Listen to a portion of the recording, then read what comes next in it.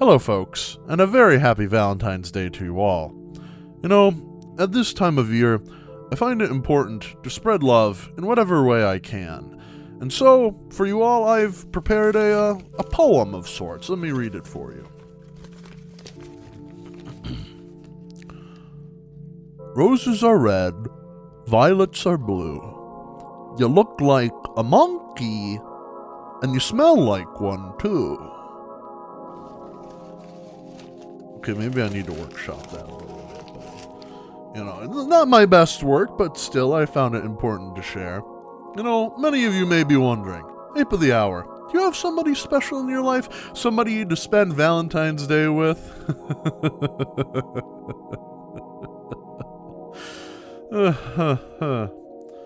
Oh, that's rich. That's, the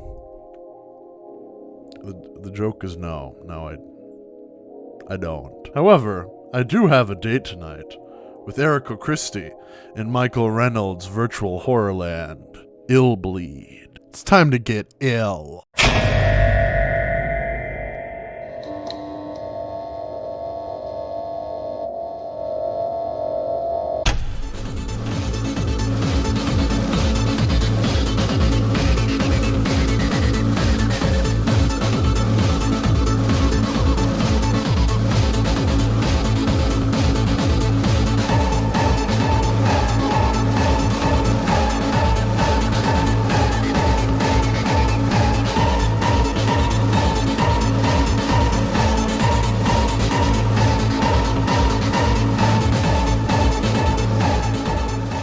While I'm a huge fan of big horror titles like Resident Evil, Silent Hill, and Dead Space, I also love much smaller indie projects, some pretty well known like Elisa or Signalis, and some more obscure like Gnarled Hag, Snows of Basidia, and Deathflush. But what I love about indie titles is how much they are a love letter to the horror genre. The stories of these people are largely horror fans who grew up inspired by Silent Hill and Resident Evil, and wanted to make a game of their own style and approach while still giving a send-up to those previous titles. And what surprises me is that Illbleed feels exactly like that. It feels like it was made by a person who grew up loving those games. It feels like a game that would be showcased on a haunted PS1 Summer Game Jam demo disc. Except Illbleed came out in 2001, and at the time of this video's release, it's 22 years old, and yet it feels so modern. For instance, its mechanics. While it's a survival horror game, Illbleed departs from some of the more conventional methods of the genre. Through about 70% of Illbleed's gameplay, you'll walk around completely unarmed. You'll be walking down corridors with no knife and no gun in your hand, and anything could pop out and scare you. Most of the things in Illbleed are traps, scares designed to harm or startle the player, but how these traps are set up are completely random. You could be thinking the hallway is safe when suddenly a face appears on the floor, or a man attacks you with an axe, or a giant cockroach attacks you for not feeding them.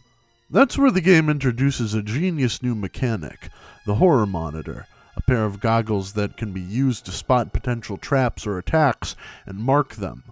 However, whenever you pull up the horror goggles, it drains adrenaline that could be used to spot other potential traps.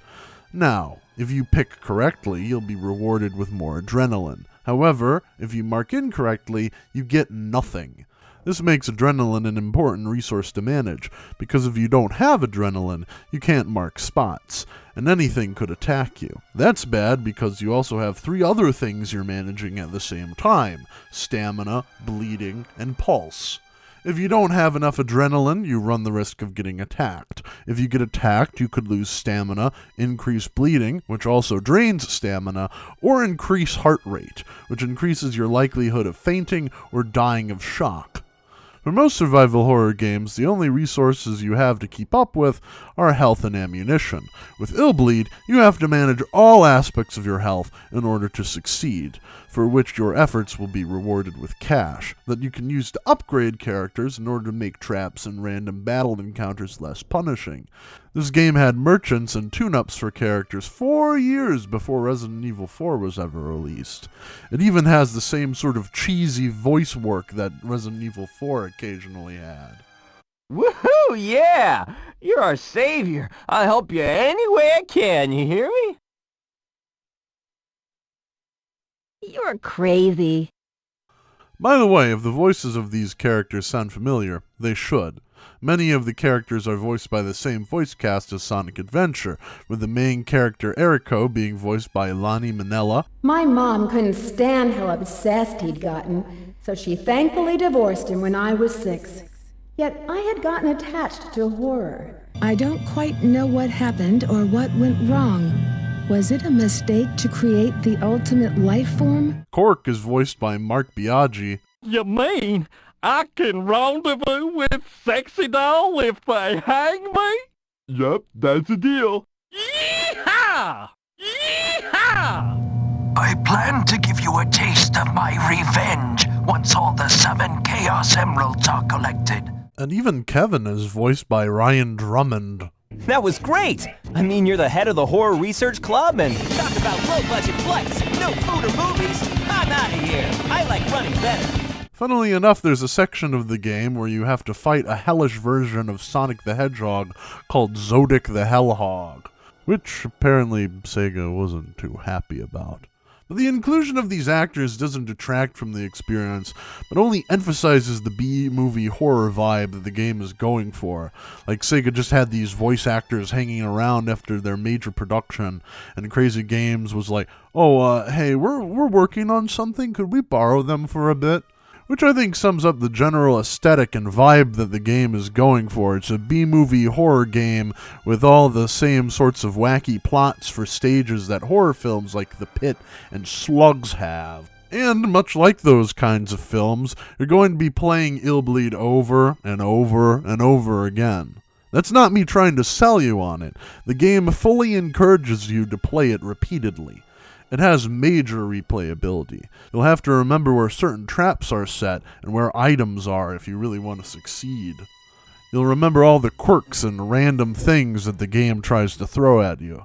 I think my favorite instance of this is in Stage 4, Killer Department Store, where you go through a grocery section where you can grab an unlimited supply of various types of meat. Consuming the meat brings your stamina back up, so naturally you take a lot of it as a preventative measure. But then, before you progress, you'll be stopped by some large cockroaches that you have to feed the meat to. No big deal, I'll just give them all I have and go back and stock up, right? Well, before you progress, you have to enter through Mr. Meat's Steakhouse, where you'll be turned away if you have no meat. But if you do have meat, you'll be forced to fight it in combat as it comes alive on a giant grill. The game will punish you for your foresight and make all the meat kill you. But if you just picked up one piece of meat, the fight is relatively easy. You wouldn't know this unless you played through the section first. But in Illbleed, you won't just be fighting reanimated pieces of meat, but monsters and fiends of all kinds, including boss fights. My favorite fight of which is with the enigmatic serial killer, Killer Man, whose fight feels like Destroy Man's from No More Heroes. Like, seriously, you can't tell me that Suda wasn't inspired by this game in some capacity. And I wouldn't blame him if he did. This game is oozing with style and passion and personality, the likes of which I haven't seen in a game of this kind. And a huge portion of that comes from the game's lead writer and producer, Shinya Nishigaki. I don't know about you, but I usually like to do a lot of research on the background of games and movies I like a lot. So let me give you a little bit of background on Nishigaki. Nishigaki's father worked as an advertiser for a movie studio, so as a kid and growing up, Nishigaki saw tons of movies for absolutely free, a lot of which were from America and Europe. This seeded in him a huge love of cinema, something that is very much reflected in his work. A lot of it seems to fly over people's heads, and at the time people just thought Illbleed was really weird. Illbleed requires a high degree of intelligence to play. There are many mysteries in horror, old and new. I attempted to mix the early versions of all the famous directors. Cameron, Spielberg, Lucas, Miyazaki, and Kurosawa. It was just an entire mix of entertainment that many people couldn't understand. Indeed, the more I read about Nishigaki, the more I start to relate to him. We both really loved movies, the Resident Evil franchise, and even though he didn't like the horror genre too much, he was a fan of My Bloody Valentine, which I have to say is a pretty solid choice.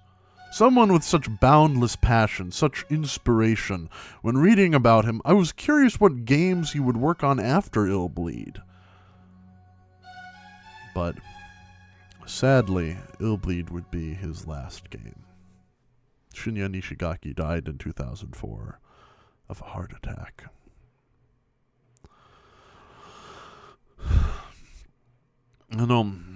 Every time I think about it, I get really sad. Very sad. This man deserved a lot more recognition than he ever received. He helped to create a game that brought new life to a genre that was just in its infancy, and yet not many people know about this game. Thanks to other YouTubers like Oni Plays and Nitrorad, it's gotten a lot more attention in recent years, but not nearly enough as I think it deserves. Today, aside from being Valentine's Day, is the 19th anniversary of Nishigaki's death. And yet, his game has fallen into obscurity, developed by a defunct company, published by a closed publisher, stuck on a discontinued console, and only really available through emulation.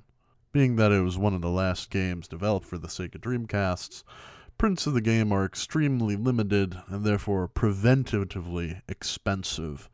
The game wasn't even localized in Europe for this reason. I have no clue who owns the rights to Illbleed anymore, but I hope that somehow this game can see the light of day again. But on a brighter note, this whole situation has made me reflect on my content. Oftentimes I put out a video or a podcast or something else and I think, what if this isn't that good? What if nobody likes it? What if I've totally missed the mark? Is it even worth it? Is there really anybody out there giving a fat rat's patoot about this stuff? And then I see Illbleed, a game dripping with passion and love for film and horror and video games, but one that hasn't really reached too many people. But I love this game. I love it so much. And I'm sure there are people out there that feel the same way about my stuff. And if you're a creative and you struggle with the same sorts of questions that I do all the time, I guarantee you there is someone out there that's going to connect with you. Because media is a conversation. It's a means of reaching out to people, communicating to them, entertaining them, making them think. And I think every human being has something of worth to say. But to me, the negative reviews of the game did not affect me at all. I just looked towards the future and had a vision. If one person likes Illbleed, then to me, it's a success.